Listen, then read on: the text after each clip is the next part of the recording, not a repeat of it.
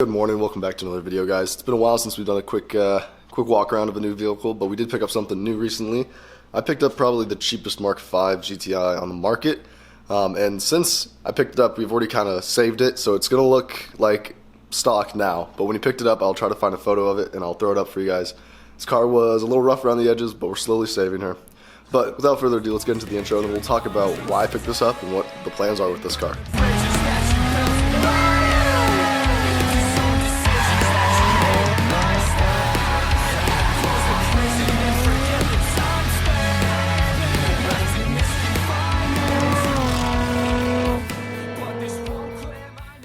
So I'm not going to waste any time.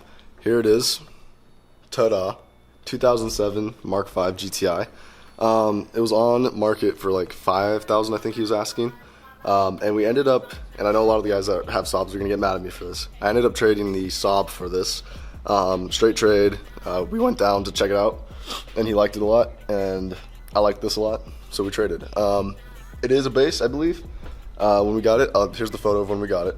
As you can see, it had an R32 look-alike grille with the chrome peeled off, and it had some like base golf wheels slapped on it. Sorry, I'm a little sick and congested, but since then, we have tossed on these Mark 7 GTI wheels. We got the correct grille back on here. And got the GTI badges back. I restored the headlights, they were quite yellow, and they were back to being clear. Still need to fix the bumper mounting. This car did get hit by a semi-tire before I purchased it. Got the lip back on here, OEM, bought that from Volkswagen. And then I'm trying to think, new glass as well. I had a massive crack in it. We got the GTI badge back on. It did not have that when we bought it. And that's about it. Peep plate, by the way. Can't believe that was available. Inside, pretty standard. It does have some door card failure going on right here. As for other common failures in these cars, the armrest. Oh yeah, it's going. You can check that out right there. Definitely splitting leather. The headliner, however, is not sagging. Knock on cheap plastic. It's not falling down yet, so that's pretty dope. It does have a Greddy boost gauge right here, built into the AC vent. And then there's a Greddy blow-off valve, or HKS blow-off valve with a Greddy controller / monitor inside the bay, which is pretty sick. The seats do have some typical bolster wear. This bolster has been replaced. Passenger seat looks pretty good. Again, door card failure over there. Nothing crazy. The rears are the same, but everything's here. It does have a Blaupunkt OEM style radio, which is awesome, and it is stick. It is a 6-speed. But besides that, everything in the interior is in here, and it's actually holding together pretty well. But here we go. So if you guys know, you know these cars are a 2-liter turbo. This is an FSI, so it is belt driven still. Before they went to the TFSI.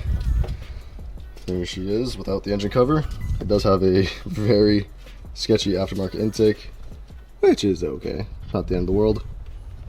Definitely want to address some of this gunk going on down here. This thing has got almost 200,000 miles on it. I bought it at like 196, we're at like 199 now. I've already done the cam follower and the high pressure fuel pump and a few other small things. Fixed some of these vacuum lines that are running to some of this stuff. We do have very yellowed coolant expansion tank, which I think we need to update. And the car also does need a coolant flush. It has the wrong type of coolant in it. I don't know why, but we'll figure that out. And then it does have one oil leak coming from the oil filter housing, which we do have that part. We just need to replace it still. So overall, though, this car is extremely clean. Not bad, not bad. But the most important thing is it is a running and driving car, which is insane. It is the daily. I've been dailying this thing for about 2 months now, and it's been absolutely fantastic. My bad for lacking on making on a video, but it's a really good car. Overall, everything is there. It does need a few minor things done to it. We are gonna do coils next, I think, and I'm trying to source some Mercedes Alfred wheels. I'll throw up a picture of this old Form car that I found that I freaking love how it looks. Statistically speaking, this car is pretty solid for being one of the cheapest Mark 5s that was on the market. We did all the rear suspension already, which I don't know if I got any pictures of. I did that at work, but it does have every single new arm and new bushing in the rear. And all it really needs left to fix the suspension float is coilovers, and probably some new tires as well. So we're gonna try to source all that and get that sorted. But the car overall is extremely clean and has been an absolute pleasure to drive. And it's starting to look a little bit better too. Just want to get it dialed in perfectly. and for 200,000 miles, it isn't bad. Cosmetically, there are some dents here and there, but like, honestly, it's really clean. So the plans here are, and I know you guys know, we mainly do Japanese shit, drifting and whatnot, and that's what the Z's for. But I do love Euro. In fact, I've had that right there forever. It's the Mark 5 like mascot kind of thing. The plan with this car is just to make a super fun daily and like save it from the brink of death, which it was. This car, some more info on it and why some of the things are the way they are and why the coolant's kind of messed up is it did have its head off for a major service about 40,000 miles ago. Got a new belt, new timing components, and a bunch of other things. And I'm pretty sure whoever did the work, which we do have documentation of, just put the wrong coolant in, so it is due for a coolant flush very shortly. So apologies, I just moved us back into the room. It was getting loud out there. But the car, like I said, has had a serious life. It's lived a lot of miles. The main things that were wrong with it when I bought it was just like wrong grill, which I mentioned, wrong wheels, shit like that. A lot of the bushings were shot. It had a horrible click because the trailing arm bushing had dislodged itself from the arm, so every time you brake, the entire arm would just pivot onto the bolt and make a loud clicking, which was awful. Also scary handling, it was horrible. But since then we replaced all that. It's been really good. A lot of you don't know that Mark 5 GTIs are like very soft spot in my heart. My dad had a 2008 Mark 5 brand new 6-speed, but it was a 4-door in the gray, the dark gray.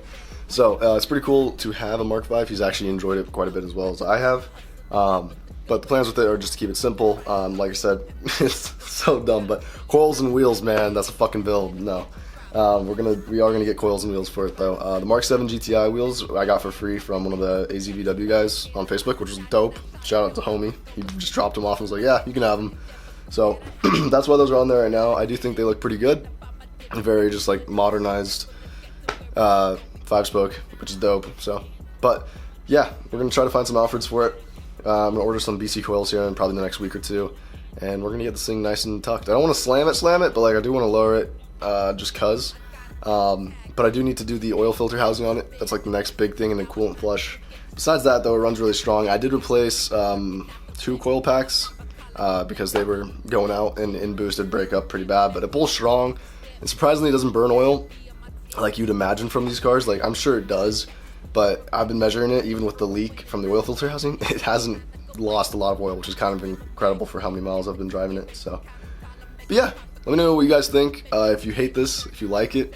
I love it for a daily. It's been really fun. I hate to admit it, but I love VW. I love Euro cars a lot as like the daily side of things, even though they're not as reliable. I think you can make them pretty reliable. You just got to do preventative maintenance on them. But yeah. As for future content, guys, you know the deal. Like, comment, subscribe. We do have hopefully some more Z content coming out for you guys soon. We did just do a complete refresh on that car, and I want to drive it more and more and more. But that motor is getting on its last leg as well. So expect in the next few months that if it blows, we'll be doing a swap, and that'll be a very fun channel video. So without further ado, have a great one. Don't forget to check out our other videos, and have a great night. Peace, guys.